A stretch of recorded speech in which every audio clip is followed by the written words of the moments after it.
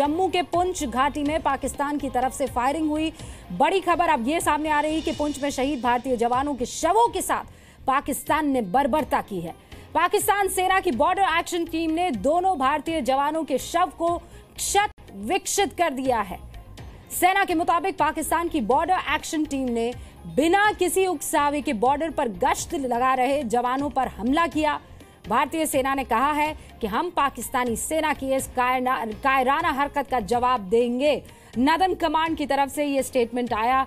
उन्होंने कहा कि such despicable act of Pakistan army will be appropriately responded. एक स्विफ्ट रिटेलिएशन का वादा यहां पर भारतीय आर्मी करती हुई नजर आ रही है। लेकिन पीएमओ में राज्य मंत्री जितेंद्र सिंह ने कहा है कि पाकिस्तान की हर नापाक करतूत का कड़ा जवाब दिया जाएगा। निश्चय किसी भी जवान का बलिदान हमारे लिए एक दुखद समाचार भी है और इससे बढ़कर के देश के लिए और कोई कुर्बानी हो भी नहीं सकती। और इसलिए हम सबका ये दायित्व है कि हम अपनी सेनाओं के प्रति सदा सर झुका करके उनके मनोबल को बढ़ाने का प्रयास करें। और जहां तक सीमा पार से होने वाली पाकिस्तान के द्वारा शरारत का संबंध है, हमें आश्वस्त रहना चाहिए कि भारत सरकार, उसके संबंधित मंत्रालय, भले ही वो गृह मंत्रालय है, भले ही वो रक्षा मंत्रालय है, भले ही हमारी सेना और अर्धसेना बल है, वो हर प्रकार से सक्षम है हर प्रकार की वहां से होने वाली शरारत का उचित उत्तर, उचित जवाबी कार्रवाई करने के लिए। और इस पूरे मसले पर बातचीत करने के लिए हमारे अलग अलग रिपोर्टर्स हमारे साथ जुड़ गए हैं। सरकार क्या पक्ष रख रही है, सेना क्या पक्ष रख रही है, क्या आगे की हमारी स्ट्रैटेजी होनी चाहिए, ये सब बताने के लिए हमारे साथ हमारे तीनों संवाददाता जुड़ गए हैं। सचिन अरोड़ा हमारे साथ न्यूज़ रूम से जुड़ गए हैं, हमारे साथ रवि त्रिपाठी बने हुए हैं और हमारे साथ राजू केरनी ग्राउंड रिपोर्ट हम तक पहुंचा रहे हैं। और रवि त्रिपाठी हमें जल्द से जल्द कार्रवाई किस तरीके से की जाएगी ये बताएंगे। लेकिन उससे पहले डिफेंस एक्सपर्ट आलोक बंसल के मुताबिक पाक सेना में मानवता खत्म हो चुकी है और इसीलिए वो इस तरह की वारदात को अंजाम दे रहे हैं। उनका क्या कहना है, डिटेल में सुनिए। बहुत ही दुर्भाग्यपूर्ण घटना है और यह दिखलाती है कि पाकिस्तान आर्मी में जो एक सेना वाली, जो सेना के अनुशासन की जो बात होती है वो पूरी तरह से मिसिंग है। और यह दिखलाती है कि पाकिस्तान की जो सेना है वो मानवाधिकार उल्लंघन के हर मौके से नहीं चूक रही है और बिल्कुल ही जो सामान्य एक मानवीय तरीका होता है एक दूसरे सैनिक से डील करने का, उसको छोड़ चुकी है। और सबसे पहले राजू केरनी का रुख करेंगे। राजू, आपके पास अभी क्या जानकारी आ रही है इस पूरे मामले को लेकर, क्योंकि एक प्रेस नोट तो रिलीज हो गया है नदन कमांड की तरफ से, लेकिन जवाबी कार्रवाई हो चुकी है, होने वाली है, कितनी स्ट्रांग होने वाली है, अब हिंदुस्तान देश इसका इंतजार कर रहा है। देखिए, पाकिस्तान की तरफ से जब कभी भी इस किस्म की हरकत की जाती तो उसका जवाबी जो है कार्रवाई तुरंत जो है की जाती रही है। और चूंकि आज जब पहले हमला हुआ तो उस समय जब जवाबी कार्रवाई हो रही थी तो सबसे पहले सेना को और जो उस इलाके में तैनात सुरक्षा बल थे उनको ये था कि जितने इंजर्ड हैं, जो लोग इसमें जख्मी हुए हैं, उनको निकाला जाए। तो वो प्रायोरिटी उनकी पहली थी। उनको जब पता चला कि इस ऑपरेशन में जो है बैट एक्शन टीम ने जो है पाकिस्तान की, उसने ये कार्य अंजाम दिया और उसके बाद से उस इलाके में अभी जो है गोलाबारी जारी है। और लगता नहीं है कि ये गोलाबारी जो है जब तक इस चीज़ का बदला नहीं लिया जाएगा, इस कारियाना हरकत का बदला नहीं लिया जाएगा, उस इलाके में ये गोलाबारी थमने वाली है। क्योंकि ये फॉरवर्ड डिफेंस लाइन के ऊपर ये पोस्टें जो हैं ये तैनात थी और इन पोस्टों के बीच में अक्सर जो है दो पोस्टें थी, अक्सर जो है पेट्रोलिंग चलती रहती थी। आज सुबह भी ये एक जॉइंट पेट्रोलिंग टीम थी जिसमें कम लोग होते हैं, डिस्टेंस लेके चलते हैं। राजू, ये बात समझ में आती है, ये बात समझ में आती है कि पाकिस्तान हर दफा इस तरीके से नापाक हरकत को अंजाम देता रहा है, सीज फायर का उल्लंघन करता रहा है, अधिकारों को साइड में रखता रहा है। लेकिन अब हिंदुस्तान के जवाब की बारी है और उसी पर हम आज बात कर रहे हैं। सचिन का रुख कर रही हूं, रवि उसके बाद आपके पास आऊंगी। सचिन, ये बाजवा वहां पर जाते हैं, एक भाषण देते हैं और उसके बाद हमें यह खबर मिलती है, ये तो राहिल से ज्यादा खतरनाक निकला।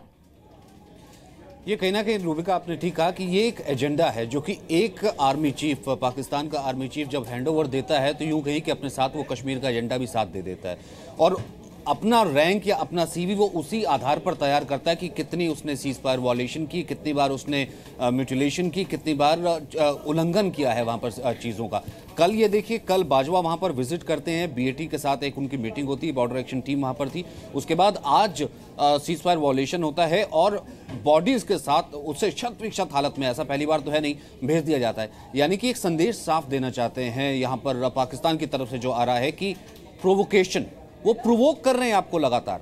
दूसरी तरफ से ये बयान भी हम देते हैं कि हम कश्मीर को समर्थन दे रहे हैं, यानी कि कश्मीर में जो हो रहा है वो खुले तौर पर कह रहे हैं कि हम कर रहे हैं। प्रोवोक उस तरीके से भी कर रहे हैं, क्रॉस बॉर्डर टेररिज्म भी चल रहा है, इस तरह की हरकतें करके भी प्रोवोकेशन को बिल्कुल अपर लिमिट तक ले जाना चाहते हैं। अब यहां पर बात यह होगी सिर्फ कि पीएमओ की तरफ से जो बयान आया है कि हम इसकी कड़ी निंदा करते हैं और इसकी जवाबी कार्रवाई की जाएगी, वो जवाबी कार्रवाई क्या होगी? क्योंकि सर्जिकल स्ट्राइक और ये सब जुमले अब बहुत देर हो चुकी है, अब कहीं ना कहीं स्ट्रिक्ट एक्शन, और लोग भी अब काफी गुस्से में। नहीं, अब सब्र का बांध टूट गया है सचिन, एक के बाद एक इसी तरीके से आंकड़ा बढ़ता चले जाता है, हमारे जवान शहीद होते चले जाते हैं और हमें सुनने में मिलती है निंदा, कड़ी निंदा, ठोस निंदा।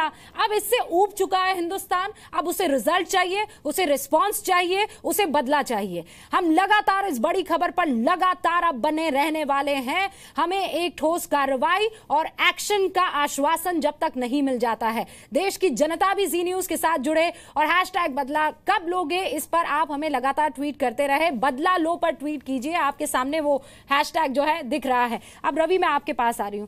रवि, ये रटा रटाया बयान, मुझे लगता है अब देश थक चुका है।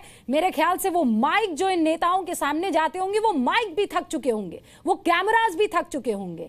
आतंकवादियों की तरह रिएक्ट कर रही है पाकिस्तान की सेना और ये कहती है कि हम हैं वो लोग जो स्टेट स्पॉन्सर्ड टेररिज्म को बढ़ावा दे रहे हैं। जी बिल्कुल रूबिका, आप देखें तो एक तरह से ये चुनौती है और लगातार घटना है। अगर 2013 जनवरी की जो घटना आपको याद होगा, जिसमें मनमोहन सिंह सरकार की इतनी बेइज्जती हुई थी, जिसमें शहीद जवान हेमराज के साथ जो घटना हुई थी, उसमें काफ़ी फजीहत हुई थी सरकार की। उसके बाद ये मुद्दा भी बना, चुनावी मुद्दा बना। हालांकि सरकार उसके बाद एक्शन लिया गया, उनके जवानों के भी सिर काटे गए।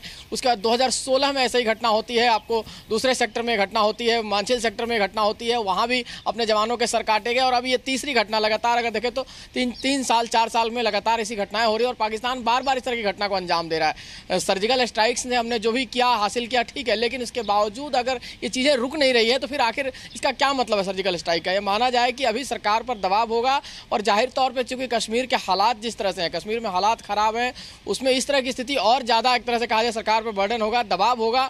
अभी सरकार में हलचल होगी और एक तरह से कहीं ना कहीं इस मुद्दे पर जिस तरह से अगर मीडिया में चर्चा है तो सरकार भी हलचल में होगी। आप पॉलिटिक्स के हर पहलू को बहुत नजदीक से कवर करते हैं, आप होम मिनिस्ट्री को बहुत नजदीक से कवर करते हैं, वहां पर डील जो कर रहे हैं सीनियर ऑफिसर्स उनके लगातार संपर्क में रहते हैं।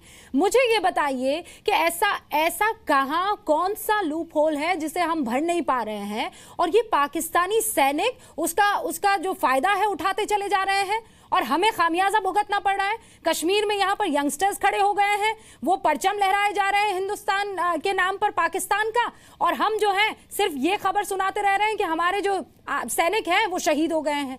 कहाँ गड़बड़ी हो रही है? देखिए, कई सारी कमियां हैं बॉर्डर पे, ये मानती है सरकार, कई बार उसको सुधार करने की कोशिश भी की जाती है। बॉर्डर पे आपको लेज़र के जरिए बॉर्डर फेंसिंग की बात हुई थी, कहीं ना कहीं कई जगह बॉर्डर आपके कमज़ोर हैं, उसकी वजह से लोग कई जगह घुसते हैं, वो घुस के यहाँ हमले को अंजाम देते हैं और तमाम तरह की ऐसी चीज़ें हैं जिसको सरकार ने दुरुस्त करने की बात कही है। लेकिन ऐसा हुआ है कि नहीं हुआ है ज़मीन पर, ये आगे की बात है, क्योंकि उसकी वजह से अगर ऐसा हो रहा है, उनके जवान आकर आपके जवानों को, जो आपके जवान चौकसी कर रहे हैं, जो पहरा दे रहे हैं, उन पर हमला बोल रहे हैं, उनका सर काट के ले जा रहे हैं, तो ऐसी स्थिति में ये मानना पड़ेगा कि मामला गंभीर है। और आप अगर तैयारी में कहीं ना कहीं चूक है, और ये सरकार माने ना माने, सरकार ये तैयारी में चूक है, कमी है, कहीं ना कहीं अलर्टनेस में कमी है, जो अलर्टनेस होना चाहिए सरकार की तरफ से हो, सेना की तरफ से हो, जिसकी वजह से ये सारी चीज़ें हो रही है। और सरकार एक तरह से फजीहत भारत की हो रही है, पूरे देश की बेइज्जती होती है इसमें, उसकी वजह से इसका जवाब माकूल कब दिया जाएगा? क्योंकि सर के बदले सर, आपको याद हो तो सुषमा स्वराज ने एक कहा था, एक बयान दिया था बाकायदे 2013 में जब घटना हुई थी कि एक सर के बदले में हम 10 सर लेंगे। चुनावी मुद्दा बना, उसके बाद आपकी सरकार आती है, आपकी सरकार के बाद भी ये दूसरी घटना हो रही है। 2016 में ऐसी घटना होती है, अभी घटना हो रही है। क्योंकि अभी मनीष शुक्ला हमारे साथ जुड़ गए हैं और वो हमें एक एक्सक्लूसिव जानकारी देने वाले हैं। मनीष, आपके पास इस खबर को लेकर क्या जानकारी है? कोई ऐसी जानकारी जिससे हिंदुस्तान का जो ये गुस्सा है, कहीं ना कहीं थोड़ा सा आश्वासन उसे मिले कि ठीक हो जाएगा सब?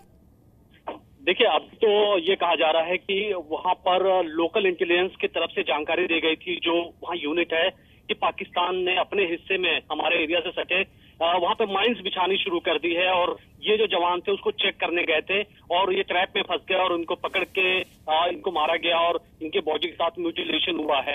तो ये अभी खबर जो है यहाँ सरकार की तरफ से ये दी जा रही है कि पाकिस्तान की सेना ने पूरी प्लानिंग की थी, उनके आतंकी और पाकिस्तानी सेना मिलकर के वहां पर इंतजार कर रहे थे।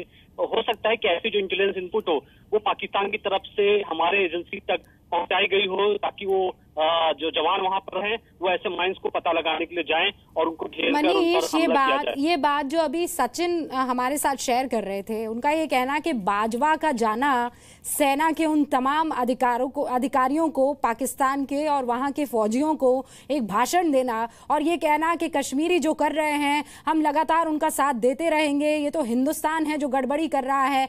क्या इसको इस म्यूटिलेशन से जोड़कर देखा जाना चाहिए, इस बर्बरता से जोड़कर देखा जाना चाहिए?